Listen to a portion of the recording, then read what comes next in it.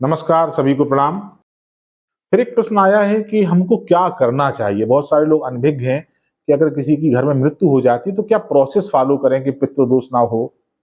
तो देखिए, साधारण तौर पे मैं बता दे रहा हूँ कहाँ प्रॉब्लम आ रही है वो भी आपको पता चल जाएगी। जो हमारे यहाँ जो प्रोसेस है वो ये है कि आप जो है घर में तेरहवीं करें किसी की मृत्यु के बाद। 13वीं में आपको 13 जो भी पिंड पूजन होता है, हवन होता है वो करिए, ब्राह्मणों को भोजन कराइए।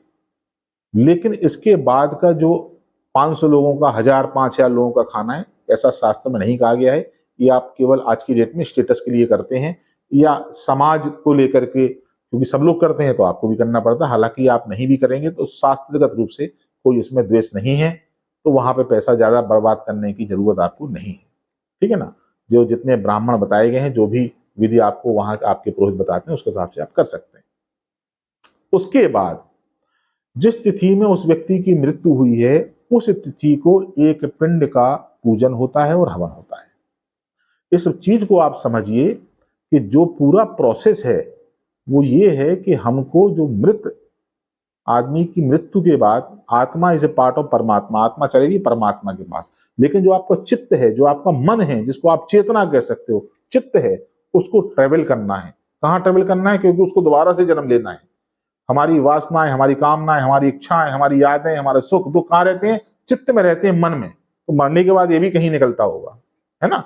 तो इसको एनर्जी देना है ताकि ये मूव कर सके, क्योंकि उसको फिर वापस से बॉडी चाहिए। तो उसके लिए हर महीने में एक तरीके का रिचार्ज है कि आपने महीने में एक बार उनके लिए पिंडदान किया, हवन किया, और धीरे धीरे वो चित्त जो है वो मूव करता रहता है। और आखिरी में साल भर के बाद में आपने वर्षी की, एक साथ थोड़ा सा 13 पिंडों का किया, बड़ा सा हवन किया, उनको एक पुश दिया ताकि वो इस सूर्य के वायुमंडल से, सूर्यमंडल, सौर मंडल से बाहर की तरफ जाए। कहाँ जाएंगे मुझे नहीं पता, परमात्मा जाने, लेकिन ये प्रोसेस है।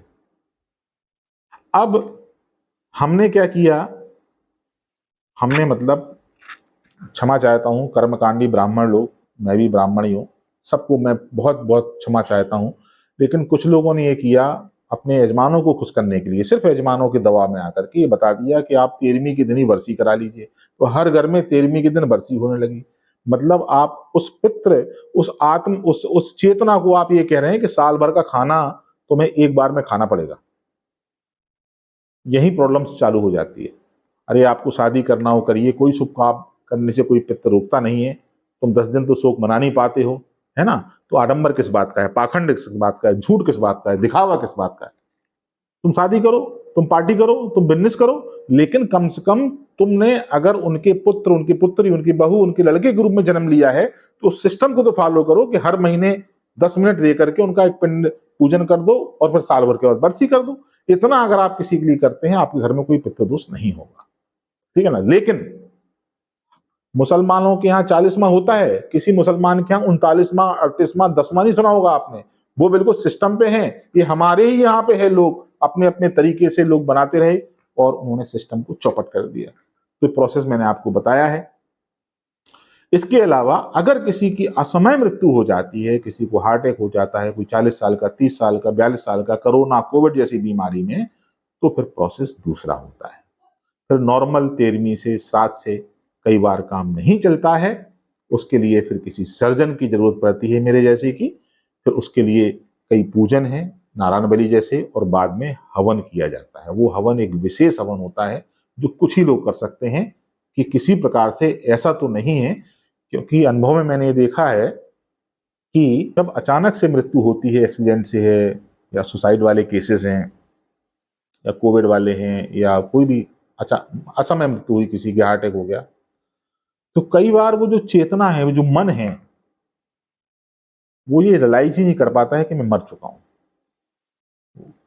उसको ये रियलाइज नहीं होता कि मेरी मृत्यु हो चुकी है, और वो बॉडी खोजने का प्रयास करता है क्योंकि बॉडी तो जला दी गई, दफना दी गई, लेकिन वो खोजने का प्रयास करता है।